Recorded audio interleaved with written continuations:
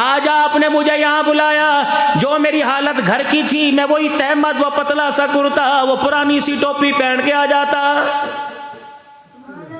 آپ لوگ پریشان ہوتے، مولوی صاحب ایسے اٹھ کے آ گئے، ایمانداری سے بتاؤ، اللہ اکبر، آپ میری ساتھ میں، ہاں مجھے میرے پیر و مرشد اللہ اکبر جن سے سن 1988 کے اندر میں بیعت ہوا تھا، حضرت سن 1987 کے اندر حضرت مولانا محمد عمر صاحب پالن پوری رحمت اللہ علیہ نے میرا ہاتھ پکڑ کر حضرت جی نام الحسن رحمت اللہ علیہ کے ہاتھ میں دیا تھا۔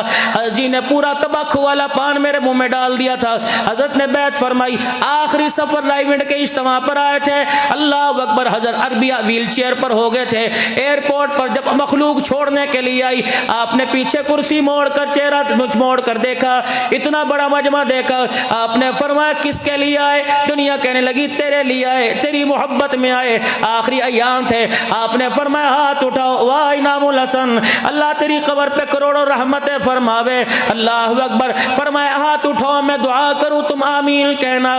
آپ نے ہاتھ اٹھائے، کیا دعا فرمائی؟ اے اللہ جو میری محبت میں آئے ہیں، اللہ اس محبت کو تو اپنی محبت میں تبدیل فرما دے۔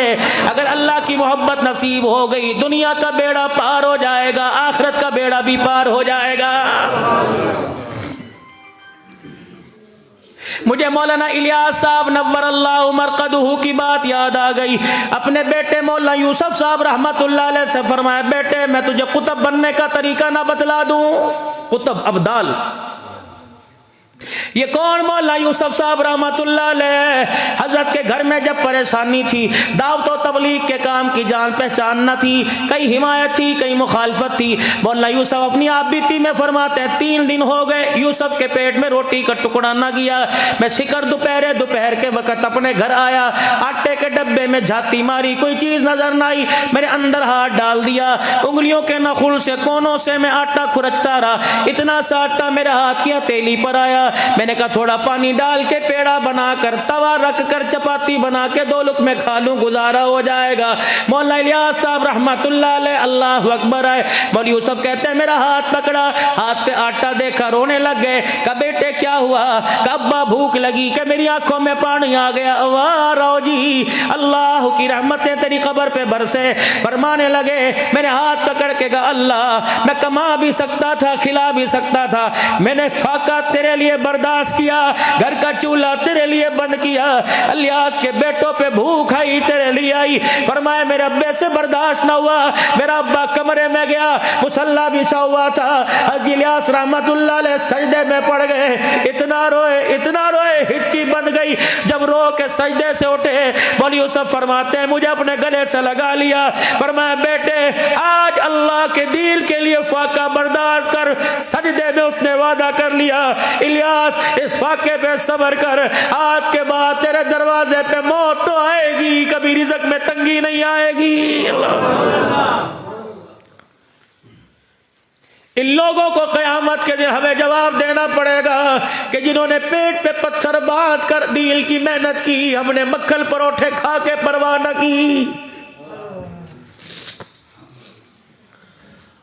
مولانا یوسف صاحب فرمانے لگے، میرے ابے نے کہا حاجی الیاس رحمت اللہ علیہ نے، میں تجھے بتاؤں قطب بننے کا طریقہ؟ یوں نہیں فرمایا کہ 10,000 مرتبہ درود شریف پڑھے کر، یوں نہیں فرمایا چلا کیا کر، ذکر کیا کر، فرمایا میرے بچے جس محفل میں حضور کی سنت کے خلاف کام ہوتا ہو، جو سنت کے خلاف کام ہوتا ہو، اس محفل میں جا کر سنت کے مطابق کام شروع کر دے، اللہ تجھے وقت کا قطب بنا دے گا۔ اللہ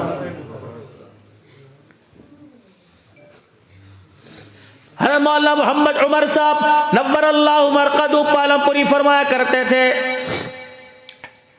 لوگوں نبی دنیا میں آتے تھے، دین لاتے تھے، دین کی محنت لاتے تھے، جب تک دین کی محنت ہوتی رہی اللہ کی رحمت برستی تھی، نبی دنیا سے چلے گئے دین بھی اٹھ جاتا، دین کی محنت اٹھ جاتی، ساتھ اللہ کی رحمت اٹھ جاتی، آخر میں اللہ نے جناب محمد مصطفیٰ صلی اللہ تعالی علیہ وسلم عطا فرمائے، دین لائے، دین کی محنت لے کے آئے، نبی تو دنیا سے دین کی تکمیل کر کے چلے گئے، دین باقی رہ گیا، اللہ اکبر، دین کی محنت رہ گئی، قیامت کی صبح تک دین زندہ رہے گا، محنت زندہ رہے گی، دین کا کام کرنے والوں پر آسمان کی بارش کی طرح اللہ کی رحمتیں برستی رہے گی۔ دین چھوڑ دیا، دین کی محنت چھوڑ دی، دنیا داری میں لگ گئے، اللہ نے آج ضرورتوں کی چیزوں کو ہمارے سے دور کر دیا۔ یاد رکھنا، کپڑا میری ضرورت ہے، جب یہ خواہش کے درجے میں آئے گا یہ نہیں یہ ہونا چاہیے۔ جوتا میری ضرورت ہے، جب یہ خواہش کے درجے میں آئے گا ایسا نہیں ایسا ہونا چاہیے۔ پانی میری ضرورت ہے، جب یہ خواہش کے درجے میں آئے گا۔ روٹی سالن میری ضرورت ہے، جب خواہش کے درجے میں آئے گا تو اللہ اکبر، اللہ ضرورت کی چیزوں کو بھی خواہش کے درجے میں لانے پر اللہ ضرورت کی چیزوں کو ہمارے سے دور کر دے گا۔ اللہ اکبر۔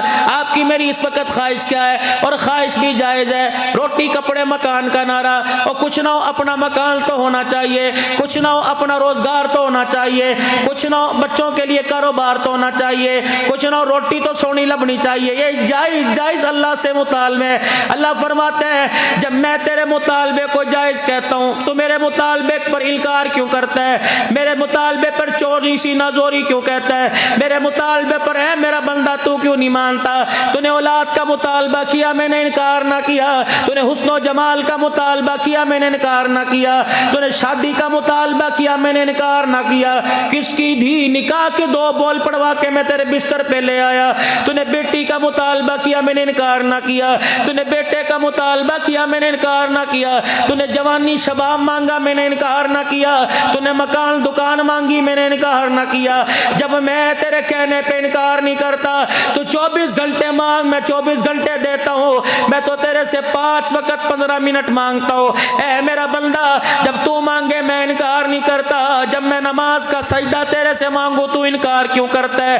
پھر بتا، لڑائی ہوگی کہ نہیں ہوگی؟ پڑوسی پڑوسی سے لڑے گا، دکاندار دکان سے لڑے گا، حاکم حاکم سے لڑے گا، استاد شاگرد سے لڑے گا، پیر مرید سے لڑے گا۔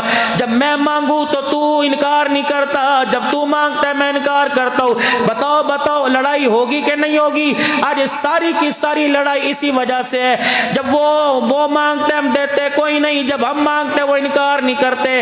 اللہ سائیاں عبد الحلال کو تو نے یہاں بھیج دیا، مسئلے کا حل بتا، تجارت کیسے بحال ہوگی، فصلوں میں برکت کیسے آئے گی، گندم کی پیداوار کیسے بڑھے گی، چاول کی پیداوار کیسے بڑھے گی، رزق میں برکت کہاں سے آئے گی؟ اے اللہ، کھانے میں ذائقہ لذت کہاں سے آئے گا؟ گھروں میں سکون کہاں سے آئے گا؟ اے اللہ، خوشحالی کیسی آئے گی؟ اللہ فرماتے ہیں حل بتا دوں، جائے گا، حل بتا دوں۔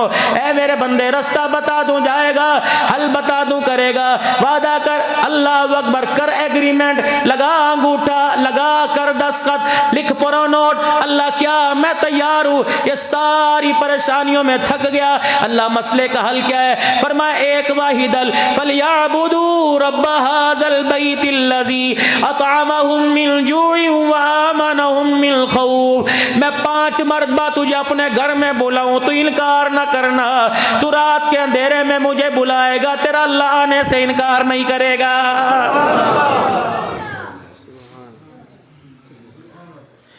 فَلْيَعْبُدُوا رَبَّ هَذَا الْبَيْتِ، ان کو کہہ دو اس گھر والے رب کی عبادت کریں، الذی اطعمہم من جوع وآمنہم من خوف۔